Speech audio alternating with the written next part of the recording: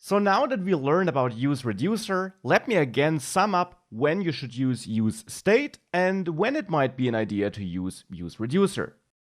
Now, generally, you will know when you need useReducer.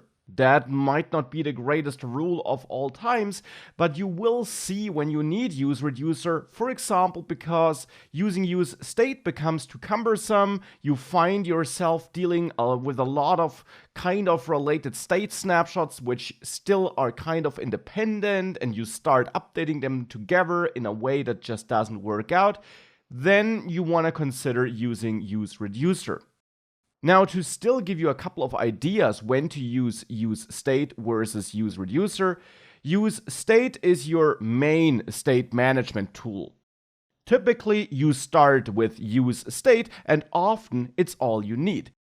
It's great for independent pieces of state and data. It's great for simple state, you could say. It's great if state updates are easy and limited to a few kinds of updates. So if you don't have a lot of different cases that will change a state, and especially if you don't have, let's say, an object as a state or anything like that.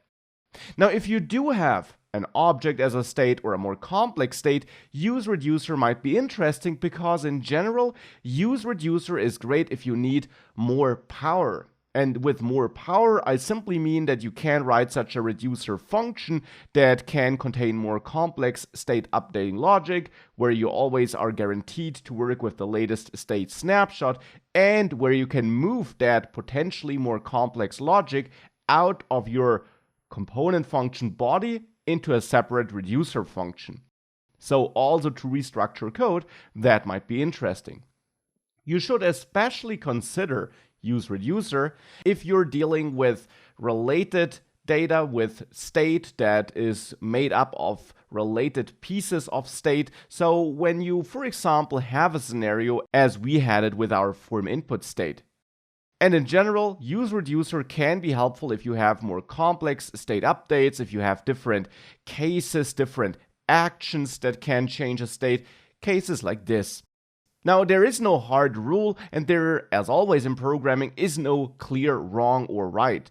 You can certainly also handle cases where useReducer would be good with just useState, especially when combining that with useEffect. But sometimes using useReducer just might be more elegant or simpler.